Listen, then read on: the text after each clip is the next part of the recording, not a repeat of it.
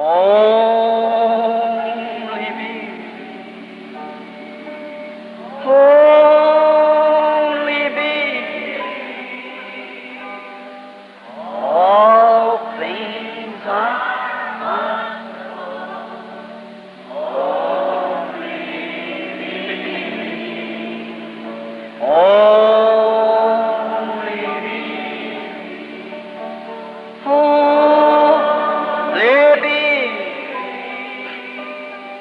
All things are only.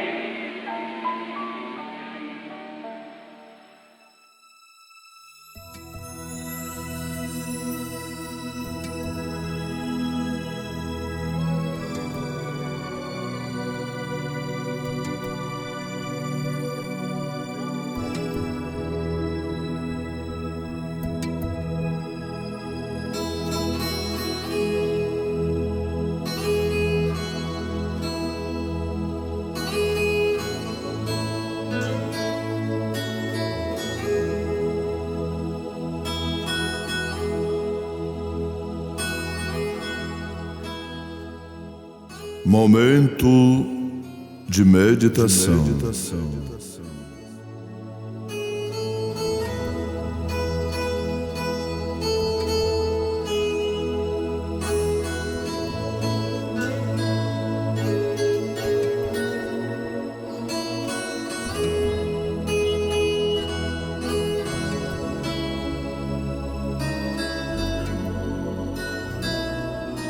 E acontecerá naquele dia que procurarei destruir todas as nações que vierem contra Jerusalém.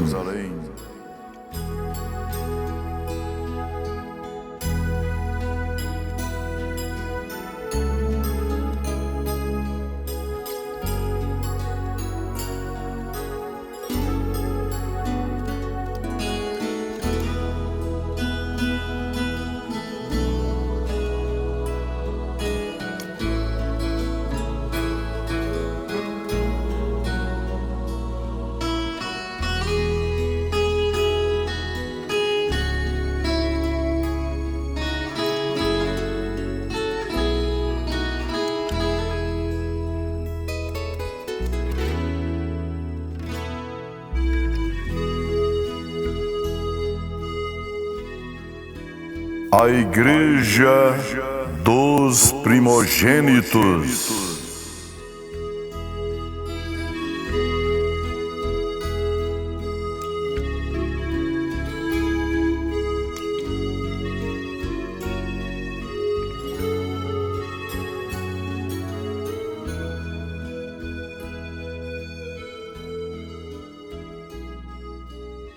Nós lemos em Zacarias, capítulo 12, versículo 9, o profeta de Deus para esta era, o irmão William Mário Branham, na mensagem A Revelação de Jesus Cristo, na página 24 a seguir.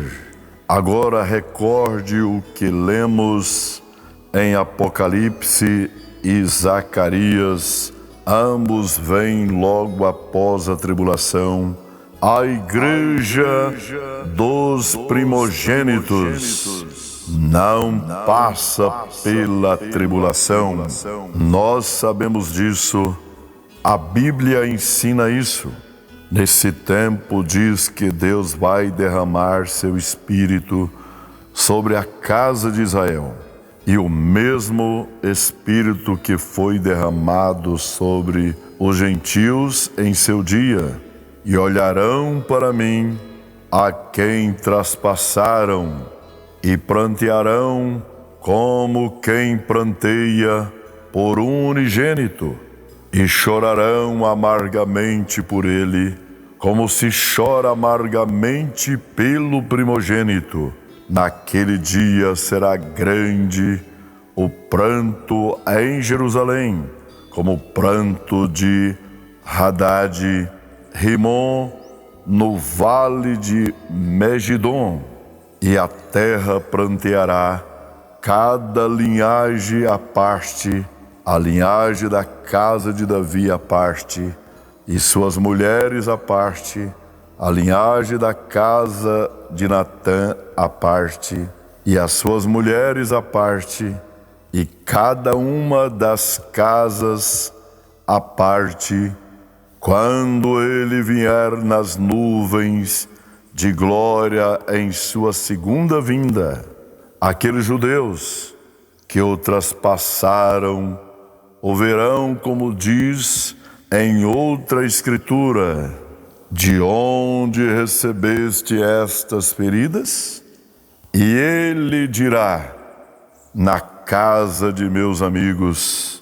Não apenas será um tempo de pranto para os judeus que o rejeitaram como Messias, mas será um tempo de pranto para os restantes dos gentios que o têm rejeitado como o Salvador deste dia.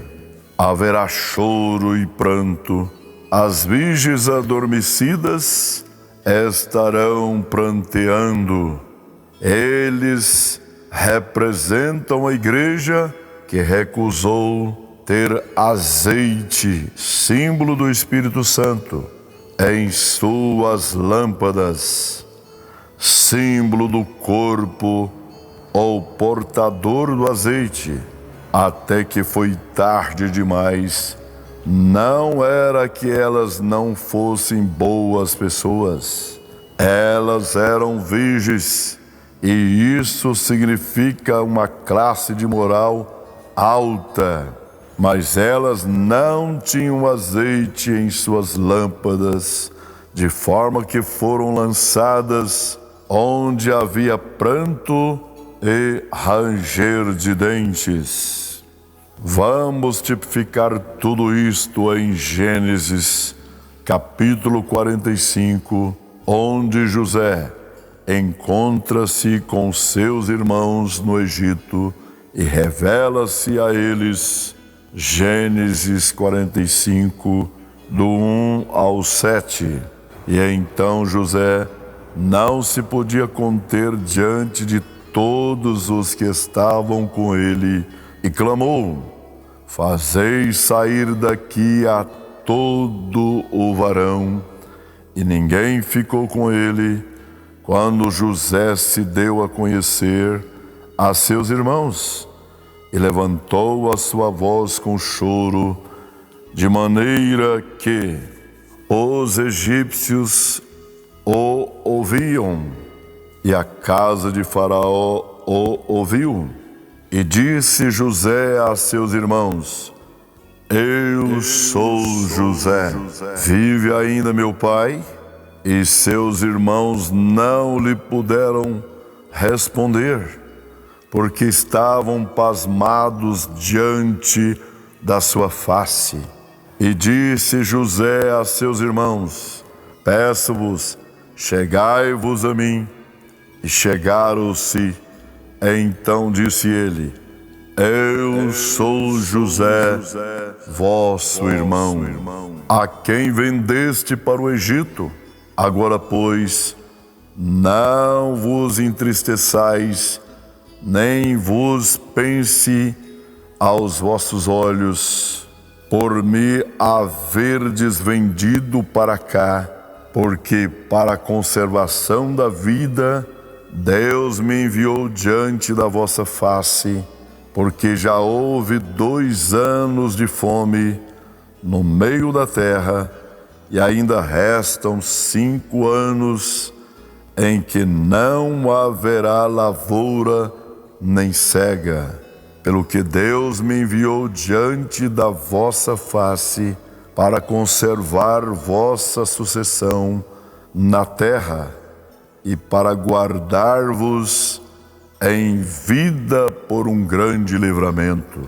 Agora isso não se compara com Zacarias 12, tão belamente, juntamente os dois havemos de entender isto exatamente. Quando José era bem jovem, ele era odiado pelos seus irmãos. Porque ele era odiado por seus irmãos? Era porque ele era espiritual. Ele não podia evitar ter aquelas visões, nem podia evitar de ter sonhos e interpretar. Isso estava nele. Ele não podia expor outra coisa a não ser o que estava nele. Portanto, enquanto seus irmãos o odiaram, foi sem motivo, mas ele era o bem-amado de seu pai. Seu pai era um profeta e entendia. Isso faz um perfeito tipo de Cristo. Deus, o Pai, amava o Filho, mas os irmãos, escribas e fariseus, o odiavam porque ele podia curar os enfermos, fazer milagres e profetizar o futuro, ver visões e interpretá-las. Isso não era a razão para odiá-lo, mas eles o faziam. E como os irmãos de José, eles o odiavam sem nenhum motivo. Agora recordem como aqueles filhos de Jacó trataram José. Eles o lançaram numa cova.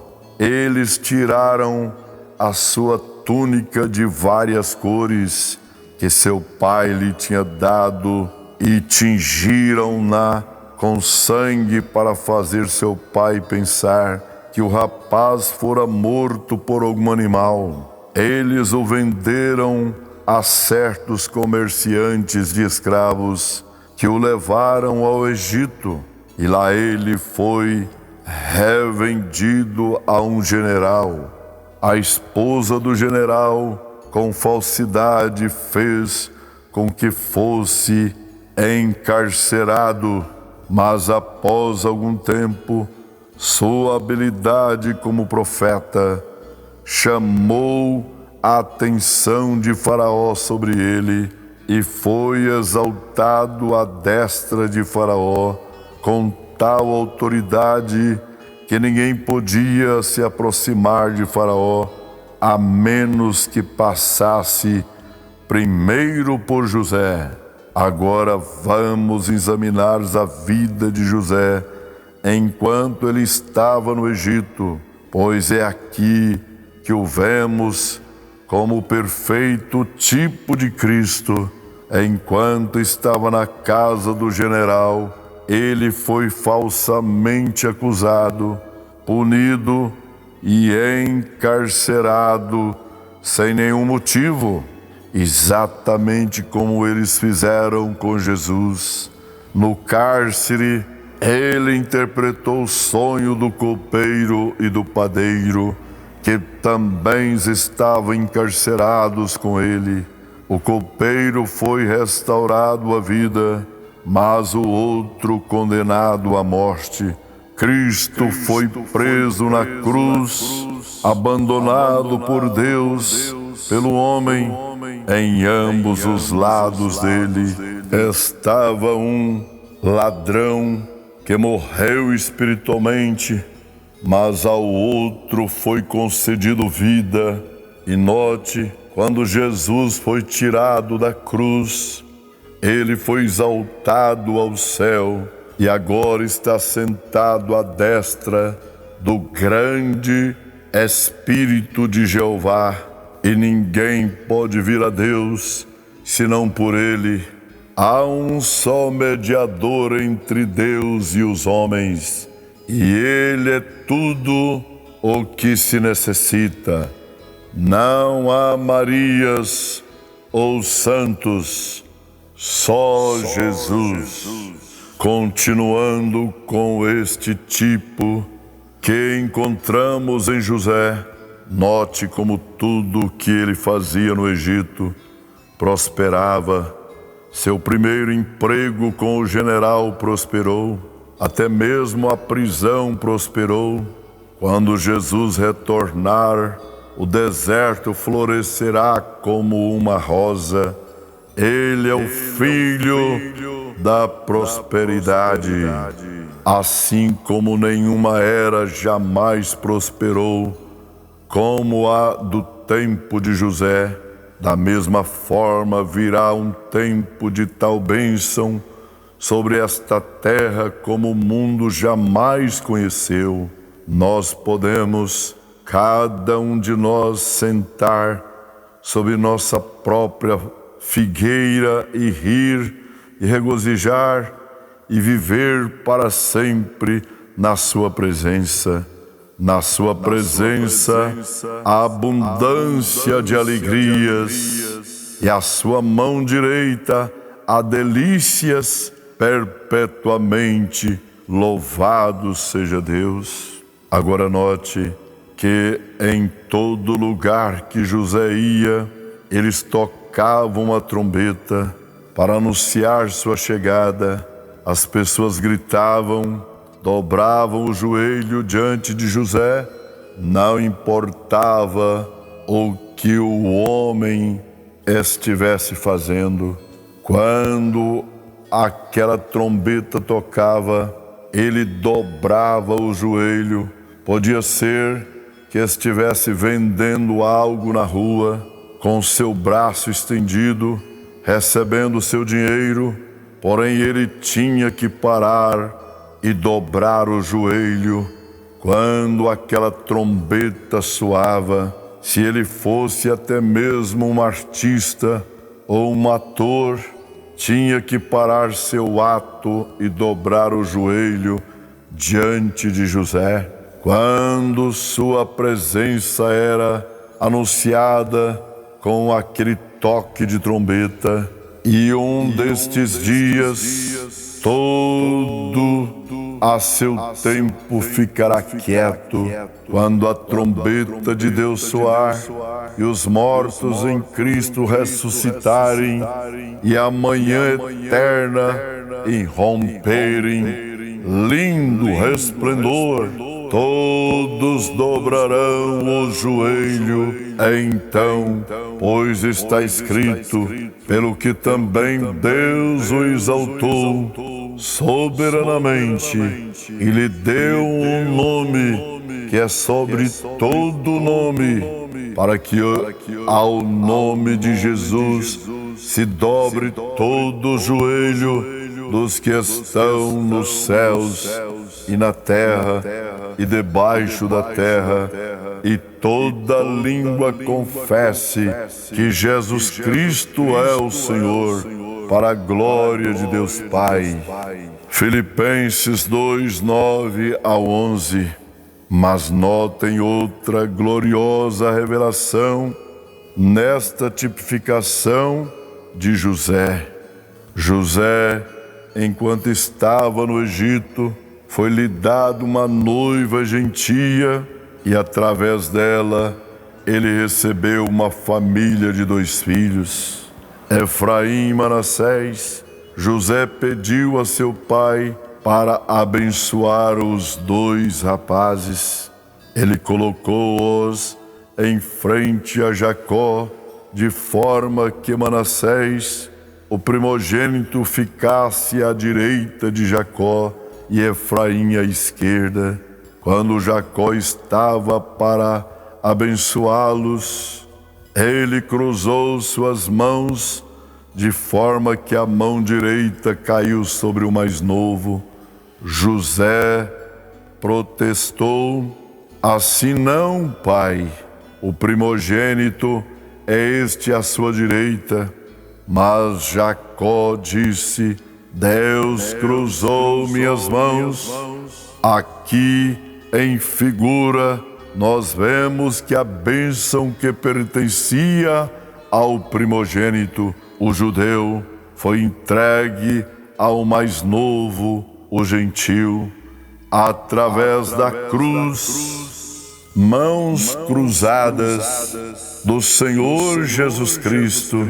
A bênção chegou através da cruz. Gálatas 3, 13 ao 14. Cristo nos resgatou toda a maldição da lei, fazendo-se maldito por nós, porque está escrito: maldito todo aquele que foi pendurado no madeiro, para que a bênção de Abraão chegasse aos gentios por Jesus Cristo, e para que, pela fé, nós recebamos a promessa do Espírito.